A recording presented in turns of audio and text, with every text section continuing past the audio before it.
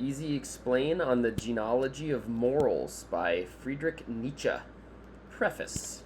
Starting with a little introduction here to Nietzsche. You've probably heard of him, especially if you're watching this, want to learn a little bit more about him, at least one of his works. So he was born in Germany in 1844, and he died in Germany in 1900.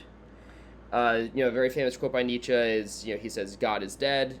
And there's a joke quote out there that then in 1900 God says Nietzsche is dead. I just think it's funny. But you probably recognize his name, right? Even if you don't know that much about him, it's a very recognizable name. And he and his philosophy are pretty highly debated. There's a lot of controversy based on certain people that have adopted his philosophy or interpreted it in certain ways and worked with different translations.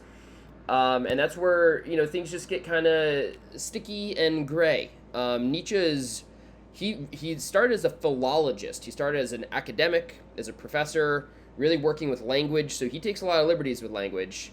That really makes him difficult to interpret, difficult to translate, to really get at the source of what he's meaning.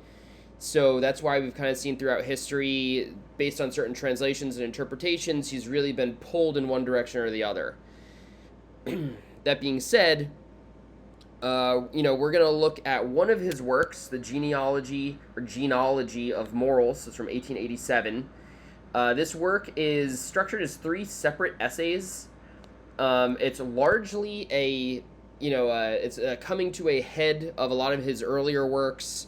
It's almost cumulative in some ways, and it ends up being one of the easier ones to read. It's written in the more typical fashion of philosophy in the time, unlike some of his other works. That's why I think it's a good one to look at.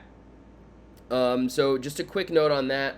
Nietzsche was very prolific. He wrote a ton throughout his academic career as a professor, and then after he left academia and he actually started to slip slowly into madness as he was losing his mind, he continued to write. These are just a selection of his works. These are by no means all of his works. It's just a selection of, if you were to go back and read through them, I do think it is a series of breadcrumbs that does help to put the genealogy into its proper context. You can just see some of their titles here. Maybe just by some of their titles, you can start to see how and why I might choose some of them. But just a note on Nietzsche's works, again, kind of pulling off of this translation and interpretation point. If you're watching this video, I'd assume you'd like to read in English.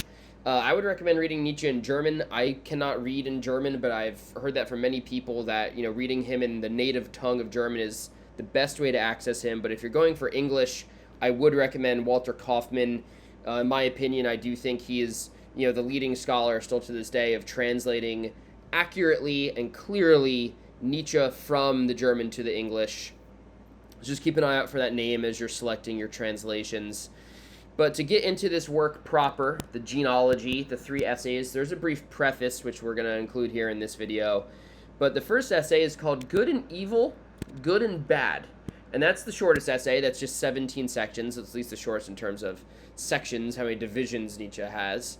The second essay in the genealogy is called Guilt, Bad Conscience, and the like.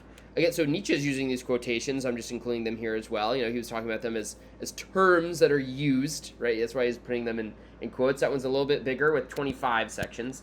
And the third essay, the third and final essay of the genealogy, is What is the Meaning of Ascetic Ideals? And it has 28 sections. So again, these essays could stand on their own, right? That's why they're titled as such. That's why they're separated as such. But they do work together to build to a cohesive whole in this work. But first, let's just go over the preface, right? The introduction to all 3 of these, which is also broken up into a number of sections. So just from section 1, right in the very beginning, the first sentence, based on a translation I was working on, I did have Walter Kaufmann. I have some other translations as well. I really like this one translation of Nietzsche's opening thought, though. He says, "How much we know nowadays, but how little we know about ourselves." And that's a great kickoff theme for this investigation he's about to do. We'll see a little bit more of this as we go into section 3, when he's really looking at, where do morals come from? Where do values come from? What is going on here? Nietzsche says, under what conditions did man devise these value judgments, good and evil? And what value do they themselves possess? Have they hitherto hindered or furthered human prosperity? Are they a sign of distress, of impoverishment, of the degeneration of life?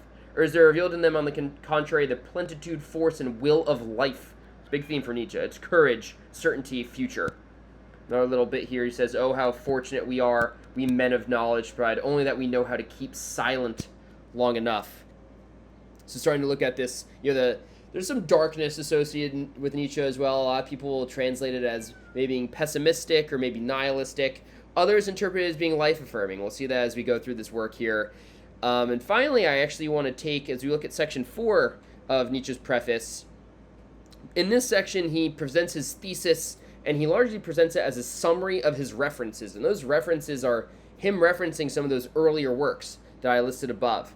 But I was actually working with another little tool from Professor Edward Craig.